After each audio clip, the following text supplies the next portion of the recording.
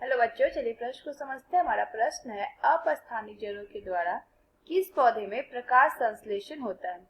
इस प्रश्न को समझने के लिए सबसे पहले हम इस प्रश्न की मुख्य अवधारणा को देखते हैं। अवधारणा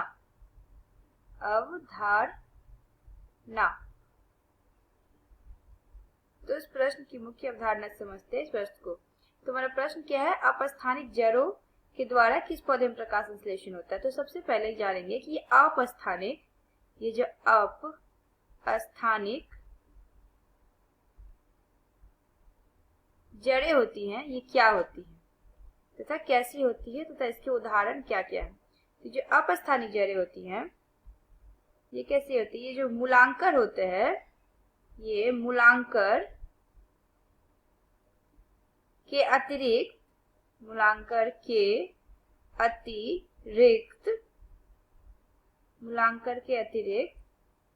पौधे के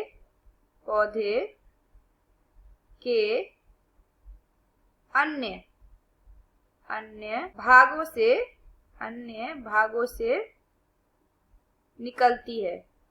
क्या होती है, ये जो पौधे होते हैं ये क्या करती है, मूलांकर के अतिरिक्त पौधे के अन्य भागों से निकलती है। अर्थात क्या कह सकते हैं इसे, जैसे जो पौधे होते हैं वो क्या होती है, वो जड़ें, जो पौधे की जड़ें होती हैं वो क्या करती है, वो तने पर निकलती है। जैसे कि हमने बरगद का पेड़ देखा होगा, इसका सबसे सही उदाहरण क्या है, बरगद का पेड़। उदाहरण क्या है,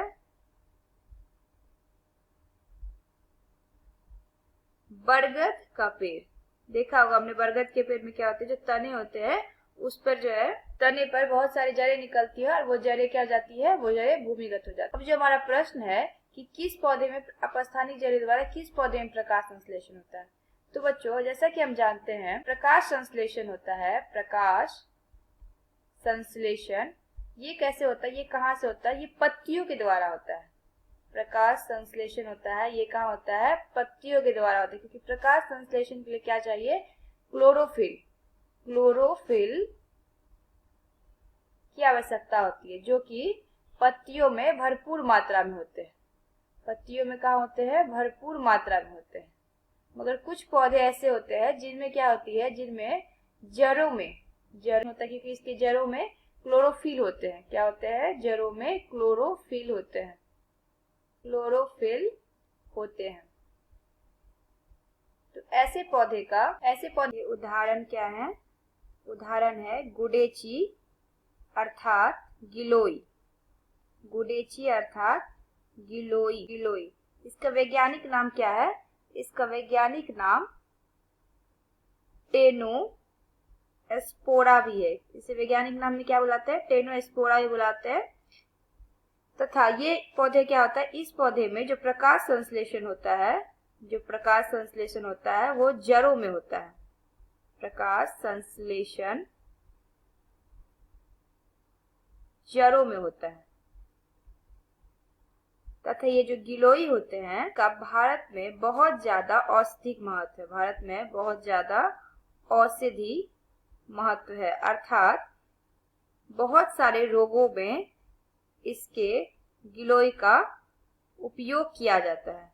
रोगों में क्या किया जाता है, गिलोई का उपयोग किया जाता है। और ये जो औषधि है, ये जो गिलोई है, ये क्या होती है, ये औषधि जो होती है, ये औषधि अमृत के समान उपयोगी होती है। क्या होती है, अमृत के समान उपयोगी होती है, इसीलिए इसका नाम अमृता भी रखा जाता है। इसे क्या होता है, इसे ज्वर के समय इसे महान औषधि का नाम दिया गया है। ज्वर के समय ये महान औषधि के रूप में कार्य करती है। तो बच्चों हमने क्या देखा कि ये हमारा प्रश्न था कि अपस्थानिक जड़ों के द्वारा किस पौधे में प्रकाश संश्लेषण होता है। तो पहले तो हमने क्या देखा कि अपस्थानिक जड़ें क्या होती है।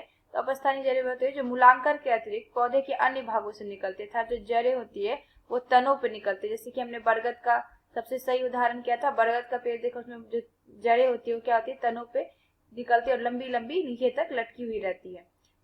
और जो यहाँ हमारा प्रश्न है कि ये किस पौधे में प्रकाश संश्लेषण जड़ों में होता है, तो उसका सबसे सही उदाहरण क्या है, गिलोई अर्थात टेनोस्पोरा। टेनोस्पोरा इसका वैज्ञानिक नाम है। क्या होता है ना कि जो प्रकाश संश्लेषण होता है वो कहाँ होता है, वो पत्तियों में होता है, क्योंकि प्रकाश संश्लेषण के लिए सबसे आवश्यक क्या होती है, सबसे आवश्यक चीज होती है क्लोरोफिल। और क्लोरोफिल पत्तियों में भरपूर मात्रा में पाई जाती है, मगर कुछ पौधों में क्या होता है, जड़ों में भी क्लोरोफिल होते हैं, जिसकी वजह से प्रकाश संश्लेषण संभव हो पाता है। जैसे कि उदाहरण है गिलोई का पौधा।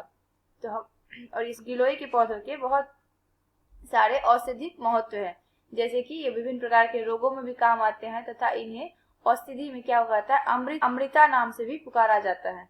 और ये ज्वर में महान औषधि, ज्वर जो होता है ज्वर में महान औषधि का कार्य करते हैं। अतः हमारा ये प्रश्न है कि किस पौधे में प्रकाश संश्लेषण होता है, अपस्थानिक जड़ों के द्वारा किस पौधे में प्रकाश संश्लेषण होता है, इसका जो सही उत्तर होगा वो क्या होगा, गिलोई।